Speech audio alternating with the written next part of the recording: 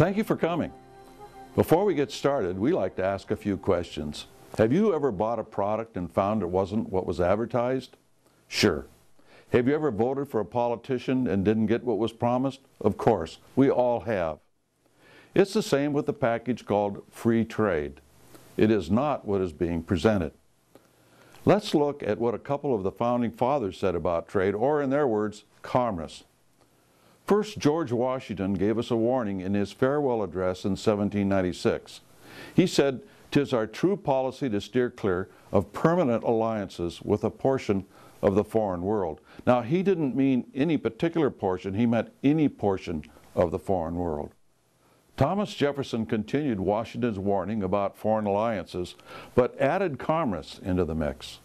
In 1799, he said, quote, "Commerce with all nations, alliance with none, shall be our motto," unquote. 2 years later, he said, quote, "I deem the essential principles of our government peace, commerce, and honest friendship with all nations, entangling alliances with none," unquote. As you can see, Jefferson affirmed the goodness of foreign commerce, but at the same time strongly warned us against entangling alliances. In the beginning, we had foreign entanglements, but eliminated them by 1800, and did not get involved with them again until we joined the United Nations 145 years later. So to summarize what our founders told us about trade and foreign alliances, trade is good, while entangling alliances are bad. And, as a brief review, recall that the purpose of the United States government can be boiled down to 1, maintaining our national independence. What was the first document that we studied in school about our American system? It was the Declaration of Independence. It sets down the basic philosophy for our Constitution and our system of government. Independence is the most important responsibility of our government. Without independence, we cannot maintain our Constitution or our Bill of Rights, let alone make our own decisions as a people. Rarely, if ever, do neoconservatives and those who advocate free trade ever discuss our independence and the need to maintain it. The next purpose of government is to protect our God-given rights, which include life, liberty, and property. On the other hand, government was not established to regulate business, form permanent alliances, or abrogate the Constitution. Yet these things are done on an almost daily basis, especially with executive orders. The Constitution granted Congress the exclusive power to regulate commerce with foreign nations and among the several states, which means that the Constitution did not grant any power to the President or executive branch to regulate commerce. Let me repeat this last point for emphasis. The Constitution did not grant any power to the President or executive branch to regulate foreign commerce. And Congress meant both houses, not simply the Senate. For a large part of our nation's history, Congress regulated trade with tariffs, a fee charged by government for permitting imports or exports of products. These tariffs were a main source of revenue for the federal government and were also used to protect certain domestic industries. This continued until the 1930s. Recently, we have undergone subtle changes in how we implement international commerce, from acts by Congress to agreements that include much more than commerce, to partnerships which are including the merger of much of our economy and society, including our police and military. Since 2005, we're hearing more about partnerships.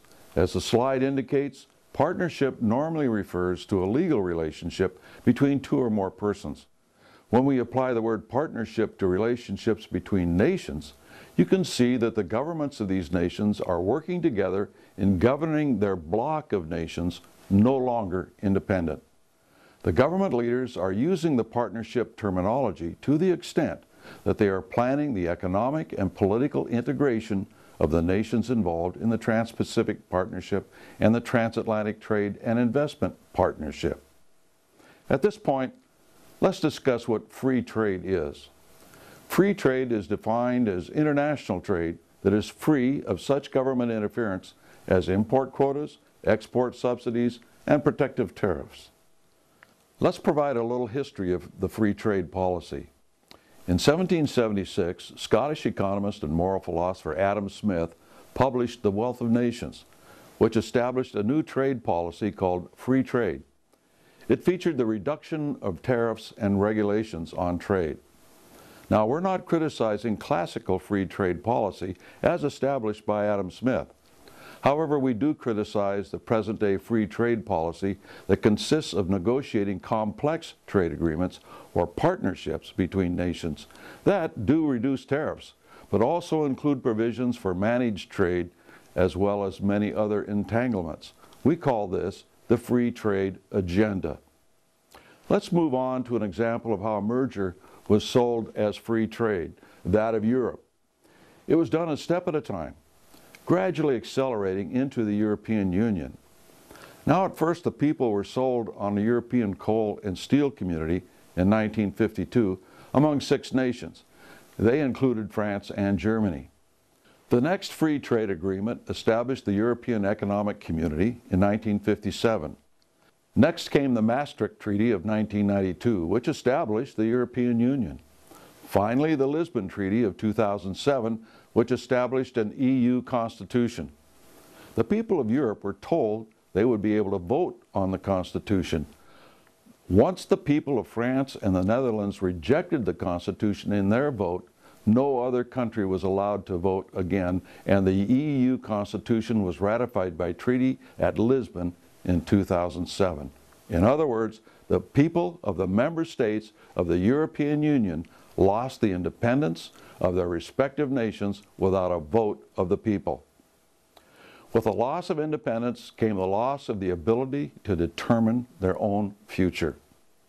Now the European Union has 28 formally independent nations, which are now known as member states, and adding to that number almost every year. Now, these states are virtually under the complete control of the European Commission, the European Parliament, the European Central Bank, and a Court of Justice of the European Union. Every nation that has been added to the EU has lost its independence without a vote of the people. Not only have they lost their independence to the EU, their very own constitution subordinates every member state to the United Nations. Many different agreements and treaties have been signed since 1951 to build the European Union. There are quite a number of these. And each was a salami slice made to look harmless, until the European socialists had accomplished their goal of a superstate for Europe, the dream of Napoleon, Hitler, and Stalin. Just how were the Europeans deceived? This is what Bernard Connolly, former EU official, had to say about it. Quote, "It has now become clear to us that what we thought was a common market is nothing more than a project to create a European federal superstate in which our sovereignty, Britain's national identity, would be extinguished." In 2003, Christopher Booker and Richard North published a book called The Great Deception, subtitled The Secret History of the European Union. They called the EU, quote, "a slow-motion coup d'etat, the most spectacular coup d'etat in history. An even bigger coup d'etat is already being negotiated by the United States and the European Union." Let's look again at how our trade policy evolved. First, the Constitution gave Congress power to regulate foreign trade in 1787. Then in the 1930s, Congress started to delegate trade policy authority to the President. And then in the 1970s, Congress began to cede more trade policy authority to the President with fast-track authority. What is fast-track? Congress gives the President authority to negotiate trade agreements. That requires Congress to vote completed agreements up or down within 60 days with no amendments or filibusters. Fast-track was in effect in 1974 through 1994. And then again in 2002 through 2007. Now Obama wants it back. Fast track has enabled the free trade agenda to move forward. NAFTA and other free trade agreements have come during the fast track years. Now let's look at the progress towards a merger of Canada, Mexico, and the United States into a North American Union. In 1979, presidential candidate Ronald Reagan kicked things off with his announcement of his strong support for a North American Accord, which, with hindsight, can be seen as the embryonic proposal for a North American Union. In 1989, under President George H.W. Bush, we got the Canada-U.S. Free Trade Agreement, our nation's first free trade agreement. This led to a large trade deficit with Canada. One of the reasons we were told we needed the North American Free Trade Agreement, or NAFTA, which we got under Bill Clinton in 1994 between Canada, Mexico, and the United States. NAFTA laid the foundation for the Security and Prosperity Partnership in 2005 under President George W. Bush, which quickly took on the nickname North American Union. This was curtailed during Bush's tenure by the intervention of the John Birch Society. Obama has now reinstituted the process under such names as the North American Leaders Summits to disguise what's going on. To sum up what we've just been saying, no matter what the administration, whether it was Republican or Democrat, they have been negotiating treaties, so-called free trade treaties, that have involved us in foreign entanglements.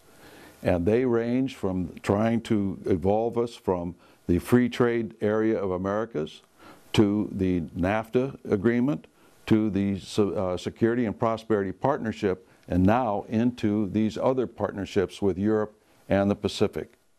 Now we have a new partnership our government is working on, the Trans-Pacific Partnership. Right now it involves 12 nations in the Pacific Rim. It's going to be a European Union type bloc for the Asia-Pacific region. Ultimately, they want all 21 nations of APEC, or the Asia-Pacific Economic Corporation, to economically and politically integrate our countries. This includes China and Russia. What will that mean to be economically and politically integrated? It will mean the loss of our independence in our economics and our political government. That's literally what it means. In addition, we're involved in the Transatlantic Trade and Investment Partnership. That's a free trade agreement between the United States and the European Union. Now we know what free trade means in Europe. It means superstate. Free trade was only the verbiage they used to fool the Europeans into forming this huge regional government. It would lead to economic and political integration of the United States and Europe. Now, keep in mind, political and economic integration means losing our freedoms, whether it's in Asia or whether it's in Europe. Let me tell you a story about what happened to me in Europe when I was over there investigating the ramifications of the fall of the Berlin Wall for the New American Magazine. Part of what we were doing over there, we actually got in the office of the Public Relations Director for the European Community, which was the precursor of the European Union. And he said to me, looked me right in the eye across his desk and said, when we get this all together, meaning the European Union, we're going to be bigger than you geographically and economically. And we're going to drag the United States into this union, kicking and screaming if necessary. And I thought, that's very arrogant. I also thought, why aren't these other newspapers and magazines that come into his office reporting what he's saying? Because if he's saying that to me, he surely must have been saying it to them. But what we know is that these organizations, such as the Wall Street Journal and New York Times, etc., are for these free trade agreements.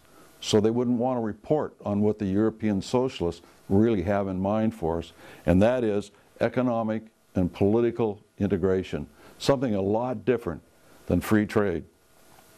Now, the John Birch Society put a halt to the FTAA, the Free Trade Area of Americas. We also put a halt to the Security and Prosperity Partnership, and we fully intend to put a halt to these partnerships that they are negotiating and trying to put on the American people.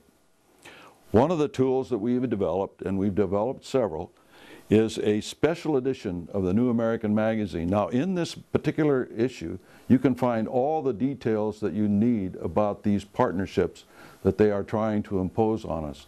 Also, we have my book, which gets into all the ramifications of foreign entanglements, not just free trade. Here is just a panorama of some of the tools that we've developed and are continuing to develop for you to use to inform people in your community about the problems with free trade. We can stop the free trade agenda with your help, These trade deals threaten our national independence, our freedoms, and our economy. It is incumbent on all of us to do something about it. First, educate yourself and then others with the tools available. Those showing you this presentation have most of them available here and now. Second, provide leadership for groups in your community. You already know more than they do about the subject. It will be up to you to lead them into a better understanding of the problem and its solution. You can get the latest updates by texting the word trade to the number 88588 on your cell phone. Or you can go to jbs.org and keep apprised of all the latest information, activities, updates, suggestions on the page Choose Freedom, Stop the Free Trade Agenda. And this will inform you how you can help defeat the free trade agenda. Thank you.